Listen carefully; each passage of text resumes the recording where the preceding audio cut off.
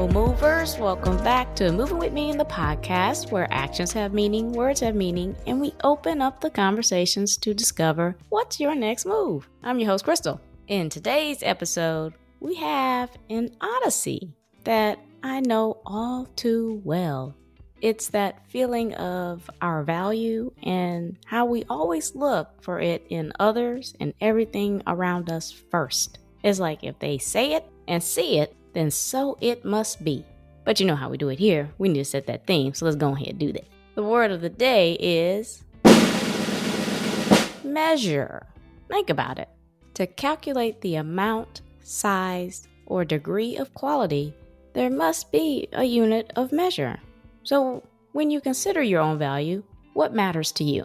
Do you seek verbal words of affirmation? Do you look for inclusion in circles? Do you look for recognition at events or achievements? Those are all great, but sure sounds a heck of a lot exhausting to me.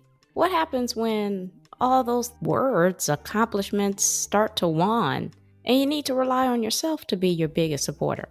Well, that's enough of me talking. How about we introduce our guest? And there's no one better to do that than himself, Kevin. Why don't you give the people a bit of background about yourself and what you are going to share with us today? First of all, Krystal, thank you for a wonderful introduction. I know the introduction wasn't about me, but it was so very well written that I was off in another place, and it was like I was listening to an audiobook. So thank you so much for that. I am Kevin Palmieri. I am the host and co-founder of Next Level University, a global top 100 podcast with 1,635 episodes as of today, coming up on 1 million listens, as well as listeners in 160 plus countries. But in the simplest form, I'm a young man who found quote unquote success at a young age, realized that was not what success meant to me, ended up sitting on the edge of a bed contemplating suicide. I left all of that behind, and now I get to podcast full time, and this is what I do for a living. So I'm the most fulfilled version of myself for sure. Amen to that. So not only is it a fellow podcaster, I was just telling another, I look up to you to get to that level. I appreciate that more than you know. Thank you. Well, you're welcome. You're welcome. So tell me a little bit about the backstory, right? You had a backstory I think that a lot of people relate to. And I think a lot of people are afraid to admit certain things that they feel when this person in our life leaves, if you will. Yeah. Tell us about that. Yeah, for me, it all started, just a quick backstory. I don't think I was ever someone who people would have predicted was going to be any level of successful. I was raised by my mom and my grandmother. I didn't know my dad. I didn't meet my dad until I was 27. Lower middle class. We definitely struggled with money. I heard many times we don't know how we're going to pay rent. So that was kind of my upbringing. I knew pretty quickly I didn't want to go to college. I hated school. I couldn't imagine doing another 4 years of school to figure out what I wanted to do with my life. So I started pumping gas at the local gas station, and that was my first big boy job. And from there, I worked at a hospital cleaning bathrooms and floors. I was a truck driver, a forklift operator. I was in construction. I painted. I did a bunch of different things. I did so many different things. On-call firefighter for a short time. But I eventually ended up getting a job in an industry called weatherization. All that means is we would go into large buildings, and it was our job to make them more energy efficient. That was my job in a nutshell. Since most of these buildings we went into were schools or fire stations or police stations, I got paid from the state. So I went from making $15 at the job I had before to anywhere from $60 to $120 an hour at this job. So Krystal, here I am thinking I made it. I'm in my early 20s. I think I was 23 when I got the job. I'm going to be fine. This is what I'm going to do forever. I'm going to be super successful. If you fast forward a couple of years, when I was 25, I had that job. I was in really good shape. I had just won a bodybuilding show, so I was quite literally in the best shape of my life. I had a sports car. My girlfriend was a model, and we had just moved in together to a really nice apartment in New Hampshire. So from the outside looking in, I had everything you can imagine, health, wealth, and love. But my mental health was in a really tough spot. I was not as happy as you would have thought. I was not as fulfilled as you would have thought. And one day my girlfriend came to me and said, hey, I'm leaving. I don't feel like you've been the person that I need you to be. I don't feel like I'm as happy as I could be. I just don't feel like we have a very successful relationship. And I don't think it's going to be a successful relationship with you, unfortunately. And it was brutal for me because I was convinced that this was the person. And now what does this mean about me? Am I broken? Am I unlovable? How do I come back from this? So I convinced... Go ahead, Krystal. Yeah, let me jump in real quick. Please. So that has got to be, and I'm taking a different perspective of this, because that has got to hit you not only in the gut so hard, but what you explained to me as far as where you got to where you were. You're no stranger to work. No. So this was you putting in work. And for someone to come back and almost, in a sense, I don't know, I'm not going to judge her, right? But it's almost as, in a sense, dismiss all of that. Because I'm not sure if you shared those details with her. I built me. I built this empire that we are doing together. I mean, it's great that she communicated whatever she was leaving you at that point in time, but it would have been great to have had said that earlier, knowing the background and the past context of that. So I can understand from where you're about to go. You're like, I did all the right things. I mean, I completely understand what you about going to college. I did go to college, but I meant I was going for 4 years 4 years only. Right? If I ain't make it out, it just wasn't for me. But for you to have done all of that, to do exactly what you had said to do, and this bomb hits, I just wanted to bring a little bit of light to that. I appreciate it.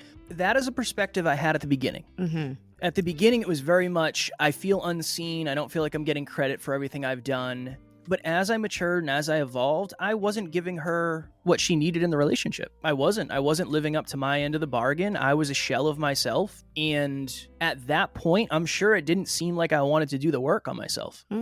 I was very focused on external. I was convinced if I just became more successful, everything else would kind of work itself out. I didn't really understand. I didn't really know enough about mental health. I didn't really know enough about depression, anxiety. I wasn't really good at relationships. Okay. The interesting thing, Krystal, is, I'm married now. I'm married to my amazing wife. One of my favorite things about her and our relationship is she does not care at all how successful I am. It doesn't matter that I do 7 episodes a week. It doesn't matter that we have all the accolades I introduced myself with. Doesn't matter. With her, she is with me so we can have a successful relationship, and because I was a good partner in the beginning. I just wanted to make that full circle because, it would be easy for me to say, well, this person didn't see all the things that I did, and maybe she didn't, but I want someone to be with me because of the way I'm making them feel, and I want someone to be with me because I'm working on myself as a partner. So that was a really good lesson for me. It was a really good lesson for me that I think has really lended to me having the level of success that I have in my relationship today. And I don't think I would if I didn't go through that pain. Absolutely.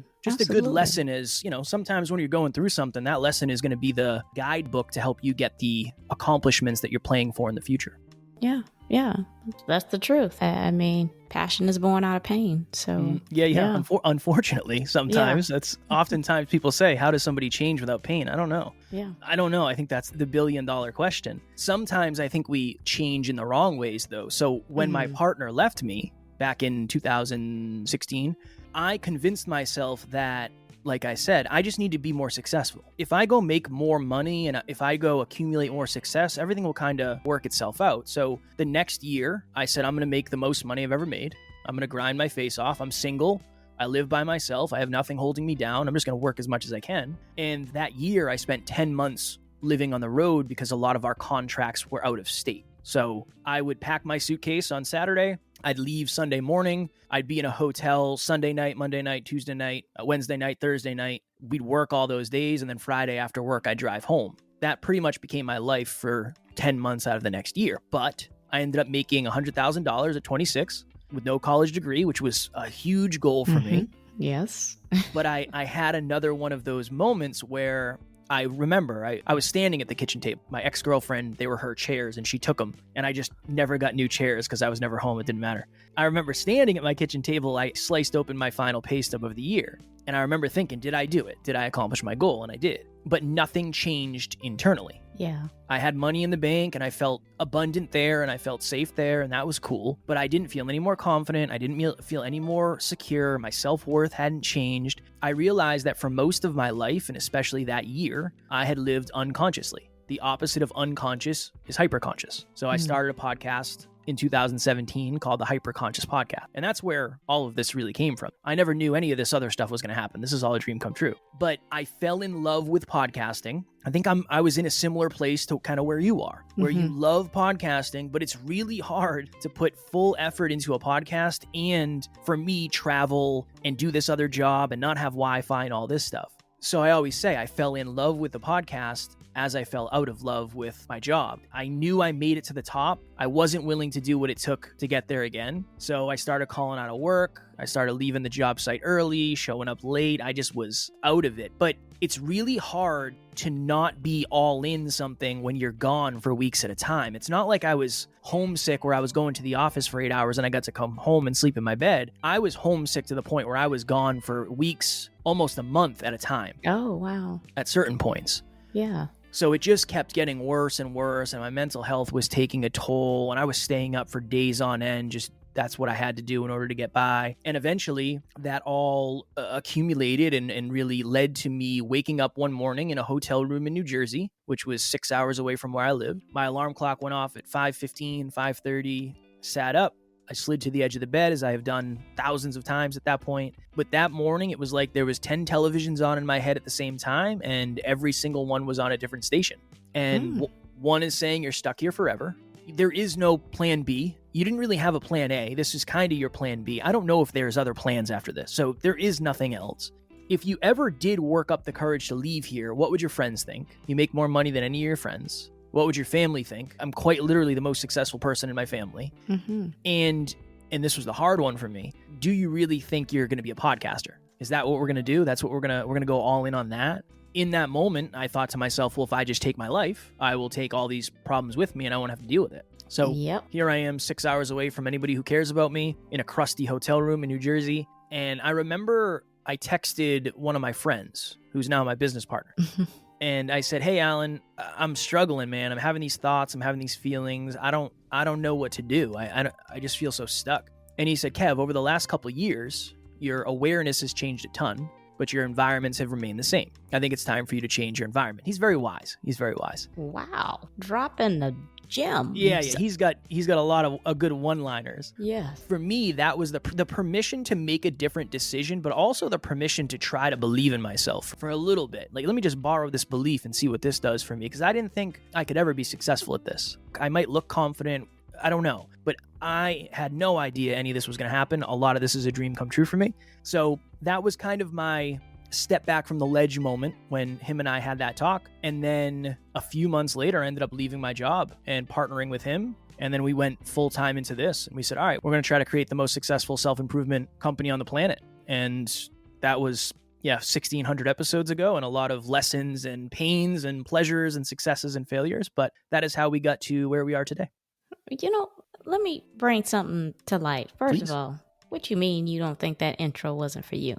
You talked about measuring your success. Well, no, I didn't want, I meant it wasn't about me. It wasn't. It was. I know it was, but I didn't want it to seem like I was taking that all as my stuff. I wanted to more compliment you on the beauty of it than the piece of it that it was for me. That's all. Oh, okay. Because I'm like, this is your baby. Okay. I wanted to give you the love. Oh, well, thank you. You're very okay, then I will take thank you for that. I want to compliment you for saying, well, one, you had a great analogy. That was a phenomenal analogy of waking up and having all of these things going on in your head, and there are different messages coming in and at you, and you're like, I don't know where to focus. But two, you called for help. Yeah. Not many people will do that. And not many people has someone to call for help. So kudos to you for just surrounding yourself with trusted individuals that you can call in these moments like this. And kudos to you for having the strength, the vulnerability, and the tenacity to pull yourself together and say, I'm stuck. I feel like I am not in a good place, and this is what's happening to me. Yeah, you're right. It's true is that we'll change our mindset, but we won't change our environment. We won't change the circles that we're with. So it's one of those things, well, hey, I had a growth mindset. Did you really? Because if you did, other things should shift around you, right? It's such a hard piece. The community aspect is such a challenging thing because I think a lot of us would rather have noise around us than be lonely. I don't think we're afraid to lose love, Krystal, because I think deep down we know a lot of the people around us are just holding space. And we're just afraid for that noise, for that energy, for that attention to go away. I've been there. One of the hardest questions I ever asked myself was, are the people in my life the best from my past or the best for my future? I remember I was dating someone. This was after that partner left me a few years after. I was dating a young lady, and she said, I'd love to meet your friends. I haven't met your friends yet. And I said, yeah, let's do it. I lived with my best friend. And I said, you can come down. I'll have my other buddy over. We can have a cookout and you can meet my friends. And I said, one of them, the one I live with, he's like my big brother. He's awesome. He's the most respectful. He's amazing. He's going to be so curious about you. He's going to love you because you and I are dating. He's just the best. He's going to take care of you. He'll protect you. And I said the other one, and then I paused. And I said, he's kind of a jerk. He thinks he's funny when he's not. He's going to make inappropriate jokes about you to you. He's going to make inappropriate jokes about me to you. And honestly, yeah, he's kind of a jerk. And I remember thinking to myself, imagine if someone that I cared about deeply wanted me to meet someone that they cared about deeply, and that's the preface they had to give.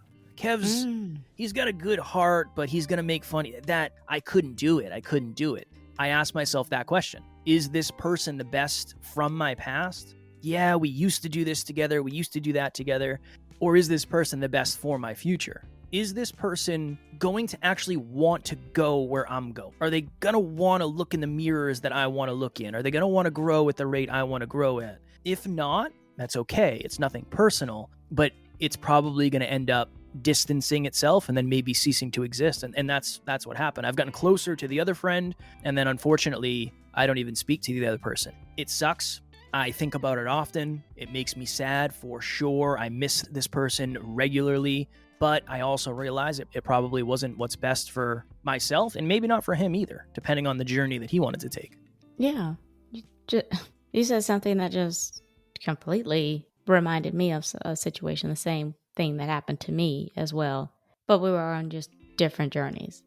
You're right. It's a level of comfort. It's a level of respect. It's a level of, is this someone that I can take with me? And if they're not, I have to be okay with that. Because I'm damn sure not going to be responsible for whether they succeed or fail. Yeah. Right? And I am not going to have them beholden to whether I succeed or fail either. Because that's the type of person I am. That sounds like the type of person you are as well. Yeah. Right? We are the master of our own future, our own fate. That's a really good takeaway, because a lot of people struggle with that. You see it all the time where they hold on to these, I don't want to say toxic individuals, but people that have just passed their season with you. And I like how you said that sense of community is something that is very difficult. It's very difficult to orchestrate. It's very difficult to navigate. I have various different friend circles just to meet certain needs. The way I look at it is I'm a low maintenance friend. Same. You are too? Okay. Like, don't call me every day. Please, God, don't do it. I don't have that much to say. If you want to talk, I can listen. I just don't have that much in me to talk about. I'm very similar. Yes. On here, I can't. But yeah, very much like that. You can call me anytime. I've had people call me, look, I need some money. 9 times out of 10, I'm not going to ask why. I'm going to give it to them. They'll say they'll pay me back. I don't really expect them to, but if they do, great. If they don't, I know that I'm giving it to them because they need it. And to ask for it was very difficult for them to do. So that was interesting. And I like how you talked about your entrepreneurship piece. This is like the definition of step out on faith. And I think I've said this on other people's podcasts or other guests, but because you guys have so many defining moments where you have just said, screw it. Well, wherever I'm at, I am probably at the pinnacle. I am peaking. And not only am I peaking, I can see the next level in this peak. I can go further than this, but I don't want to. I'm going to walk off into something that is completely unknown. I haven't really researched it enough to know the success level. I haven't researched it to know the competitive nature of it. And I didn't research it enough to know the level of effort that's going to be required out of me to do this. Yes, especially that last one. Yes. Yes. Especially that last one. Yeah. I think the hard thing about defining moments is they're only defining if you keep going and finish the book. Like me leaving my job is a very defining moment, but it wouldn't be nearly as defining as if a year later I decided the podcast thing wasn't for me and I went and found a different job. It just wouldn't be the same. It wouldn't be as defining. It'd still be defining. It would define something, but it wouldn't define what it does. That's why the time aspect is so valuable. I was talking to one of my friends recently, and he's an entrepreneur and he's in real estate. We were having a conversation. I said, you know what the strange thing is? And I said, I love you, and I mean this with all the love in the world. You've only been doing this for a year and a half. That's nothing. You haven't been doing this for that long, but it feels like forever, right? And he said, yeah, it feels like forever. And I said, I know, because a year and a half in, I felt like I should have been way more successful than I was, but now looking back, I shouldn't have been. Neither should you. But when you're 7 years in like me, you'll be able to have the same conversation with somebody a year and a half in, and you won't really be able to explain it. Because the only thing that changed was time, and then your understanding and your awareness and your consciousness through that time. Time is the hardest thing to plan for because sometimes you just need it. You just need to understand that where you are today is not where you're going to be forever, and where somebody else is today is not where they've been forever. And I think we get stuck somewhere in between. Well, this person has 1,600 episodes and they're a full-time podcaster. That's today. But I wasn't there where when you are in your portion of your journey, you might be more successful right now than I was when I was at your spot, but nobody knows that. And that's what really gets us stuck is we look at where someone is and we say, well, I can never get there. And then when you realize, well, what if I'm just 5 years ahead? I might just be 5 years ahead of where you are. And time is the thing that you just don't have yet, just like I didn't have it at the beginning either. Yeah. Look at that.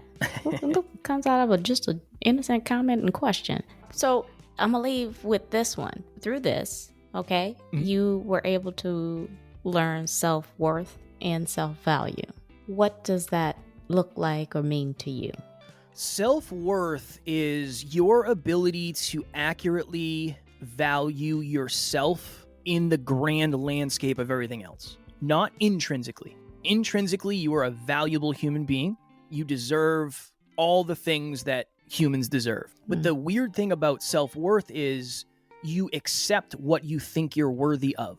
So let's just say you had a rough childhood. Your parents said you're never going to be successful. You're ugly. You're not smart. All of these negative things. That hurts your self-worth. And eventually, maybe unfortunately, you get into a relationship with someone you shouldn't be with, but having low self-worth did not filter them out. They take advantage of your low self-worth by saying similar things to get what they want, and that perpetuates the problem. Yeah, so I think self-worth is really your ability to accurately value yourself in the grand scheme of things.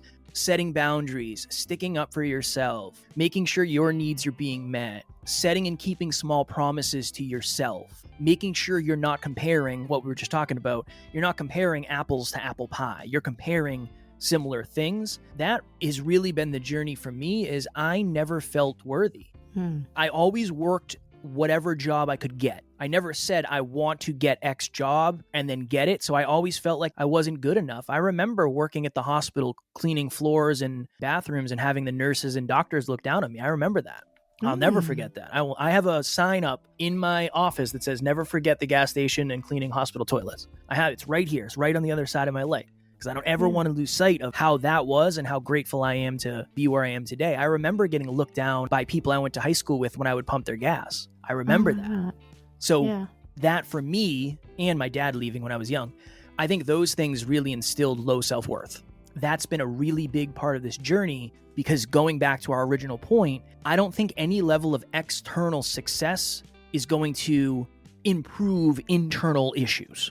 But when you start working on your self-worth and you start setting boundaries and you start sticking up for yourself and you start saying no when you should and yes when you should, I think that starts to pivot things in the external world and you show up differently. So that would be my little monologue on self-worth. Yeah. And you and I share something in common. Like, I don't, just because I went to college, it doesn't mean that I didn't clean toilets because during the summer, I was at the gas station and I remember they were like, you need to go clean that toilet. And I was like, but it's in the men's room.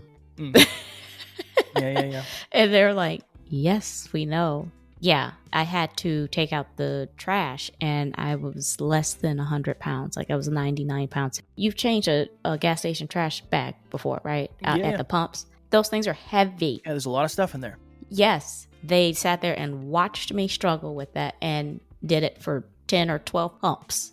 So I understand completely what you're saying. It's one of those things where, one, I'll never forget it. But two, if I ever had to go back to do it, I know I could. Yeah. You know what I mean? Mm-hmm. So thank you so much. You of course.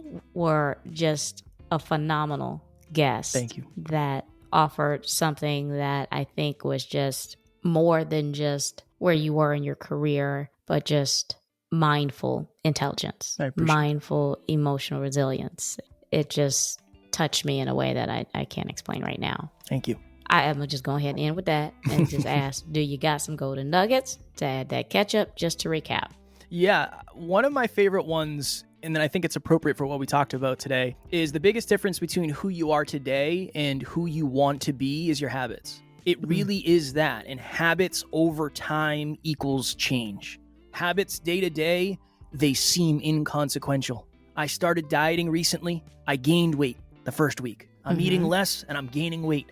If that was my measure, I'd say, this habit isn't worth it. It doesn't work. But I went and saw my business partner yesterday. He said, hey, man, you've really leaned out. Have you been dieting? Yes, sir, I have. Thank you so much. But it's been 3 weeks now. So now you can start to see it. And then one of my favorite quotes, and it probably sounds arrogant because I think I put the words in this order because it resonated with me the most. Your reality becomes the parts of your imagination that you hold on to and pour into the longest. I've wanted to do this podcast thing. I wanted to do this business thing, and I just poured into it and I kept practicing it and I tried to hold it in my imagination every single day for the last 7 years. And if that ever died, the dream would have died too. So whatever it is you want, just hold on to it and keep practicing it. Can I guarantee you'll succeed? No, but I can guarantee you'll fail if you let it go. If you quit and you let it go, it's never going to happen.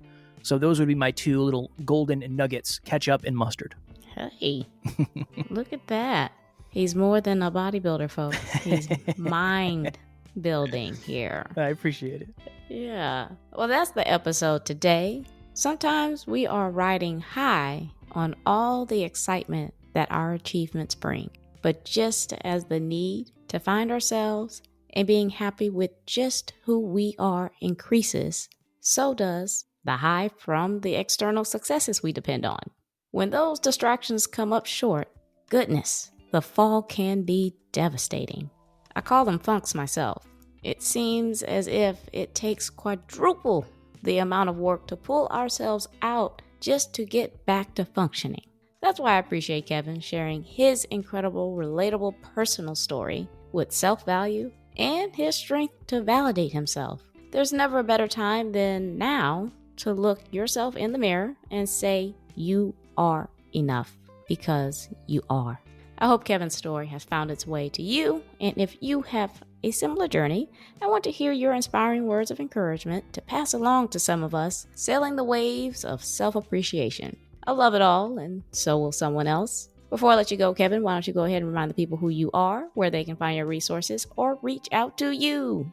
I am Kevin Palmieri. I always suggest the best way is just listen to the podcast. After you get done with these amazing episodes, you can check out Next Level University. We do an episode every day, and we talk about health, wealth, life, and love. So self-worth is something we talk about very, very often. And then the best place to reach out is probably email. You can email me, kevin@nextleveluniverse.com. Questions, comments, concerns, whatever it is you need, I am more than happy to respond.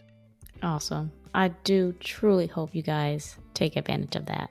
I'll make sure to include all of Kevin's resources and connections in the episode description, as well as on my website's resources page, movingwithmeaning.com. Make sure you guys subscribe to the show, Moving with Meaning, the podcast, and tap that alert bell so you know when these episodes drop. I am on Apple Podcasts, Amazon Music, Spotify, and YouTube Music. Please share, like, repost, and follow. Tag someone. We are creating a community. Quick housekeeping before you go. Follow me on Instagram at movingwithmeaning82. Also, connect with me on LinkedIn. I do dabble in TikTok at Krystal B. Clark. My YouTube channel is up. Kindly run over there and have a look or two. Links are in the episode. Alrighty, I'm Krystal on Moving with Meaning, the podcast, reminding you to take it one step at a time. All moves have meaning. Check y'all later.